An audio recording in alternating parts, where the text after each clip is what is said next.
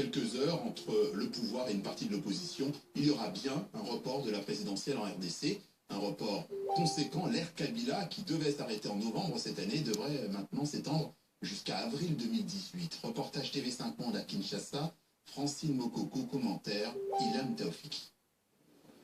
Vital Kamerhe pour l'opposition, Marie-Madeleine Kalala pour la société civile et Néhémie Moulania pour le pouvoir en place. Tous ont signé un à un sous les objectifs un accord politique après 6 semaines de tractation. Dans ces pages, brandies triomphalement devant les journalistes, les signataires acceptent de fait le report de la présidentielle à avril 2018, accepter aussi le maintien de Joseph Kabila au pouvoir au-delà de la fin de son mandat officiel le 19 décembre prochain, et ce jusqu'à l'élection de son successeur. C'est la voix de la raison qui a triomphé, c'est la voix de la sagesse qui a triomphé, et finalement c'est le peuple qui a gagné. Joseph Kabila sera-t-il lui-même candidat à sa réélection? Ça, l'accord ne le dit pas. Il est juste rappelé que le président respectera à la lettre la Constitution qui, en l'état, lui interdit de se représenter. La fera-t-il modifier? La question a été soigneusement éludée. Vital Kamerhe, lui, se veut confiant et tacle au passage le rassemblement constitué par la majeure partie de l'opposition autour d'Étienne Tshisekedi et Moïse Katumbi. Rassemblement qui a depuis le début préféré boycotter le dialogue national. Il y en a qui choisissent de faire la guerre pour discuter après. Nous avons choisi de faire la paix pour éviter la guerre et parier sur les vies humaines. Cet accord, c'est le socle pour la paix et la démocratie. L'accord prévoit aussi un gouvernement avec à sa tête un premier ministre issu de l'opposition. Vital Kamerhe est bien entendu pressenti pour occuper le poste.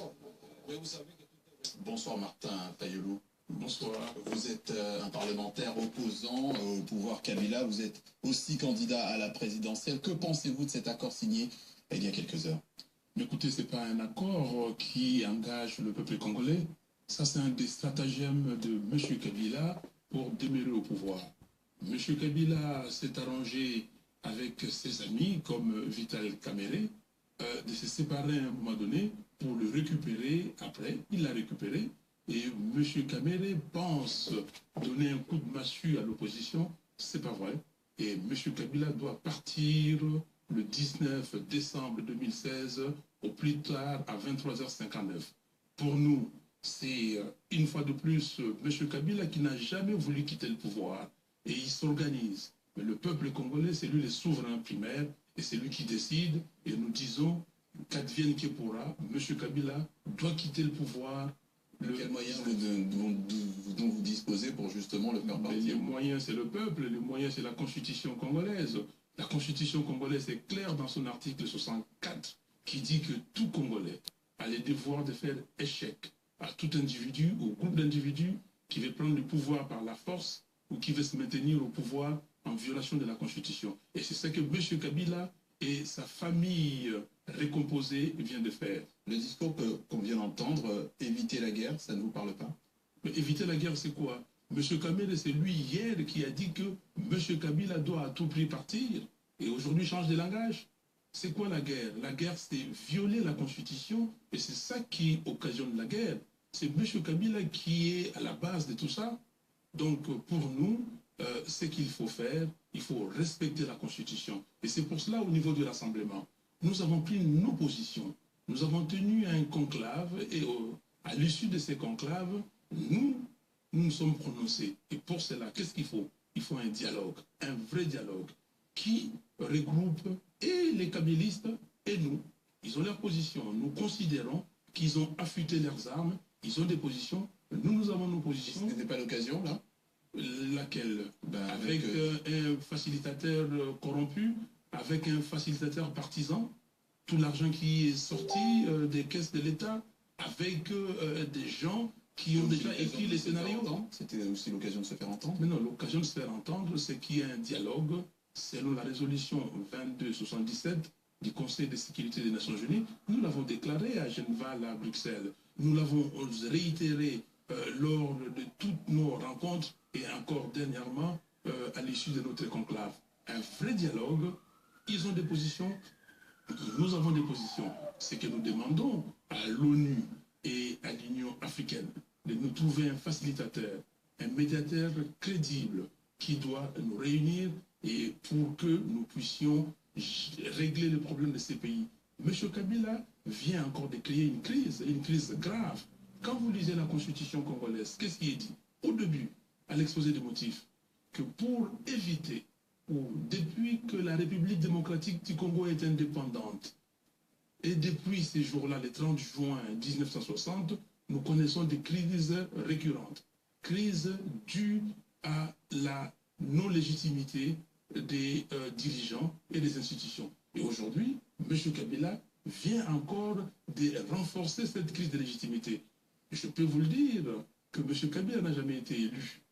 Il est là aujourd'hui par des fraudes. 2006, Bemba élu, M. Kabila s'organise pour prendre le pouvoir. 2011, Tshisekedi élu, M. Kabila s'organise pour prendre le pouvoir.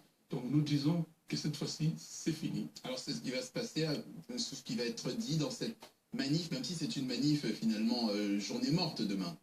Journée ville morte, nous demandons à tous les Congolais, à tout Congolais, de rester chez lui pour démontrer à M. Kabila qu'il doit partir et qu'il doit respecter la Constitution. Et nous sortons le premier carton jaune demain pour dire qu'il y a un deuxième carton jaune qui doit suivre et un carton rouge le 19 décembre. C'est fini, il doit plier bagage et partir. S'il est venu pour déstabiliser les Congos, il a perdu et ce n'est pas le lieu.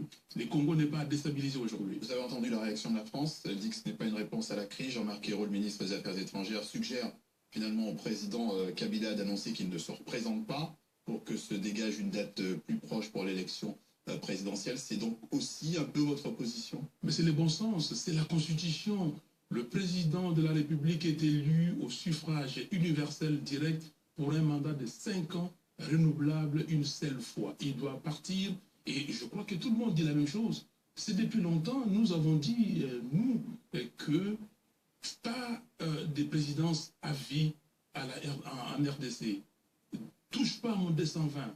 Personne ne peut toucher à cet article qui verrouille le nombre de mandats, la durée des mandats. M. Kabila doit partir et il doit le comprendre parce que s'il est venu pour déstabiliser les Congos, et je peux vous le dire et lui dire que non, il s'est trompé de porte. Les Congolais sont conscients aujourd'hui qu'il est temps pour reconstruire leur pays. Ça fait depuis longtemps, depuis l'indépendance, on souffre. Aujourd'hui, nous sommes les derniers de la classe.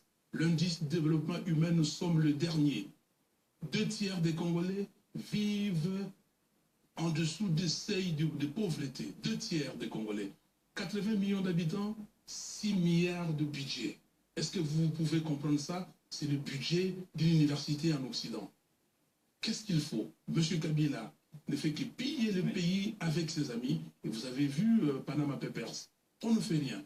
Le Parlement corrompu, le Parlement instrumentalisé, pas de contrôle, il n'y a absolument rien. Et M. Kabila se pavane comme s'il était dans une terre conquise. On suivra ça avec attention. Le député d'opposition congolais Martin Fayulu était notre invité ce soir. Merci d'être passé par le Journal Afrique de TV5.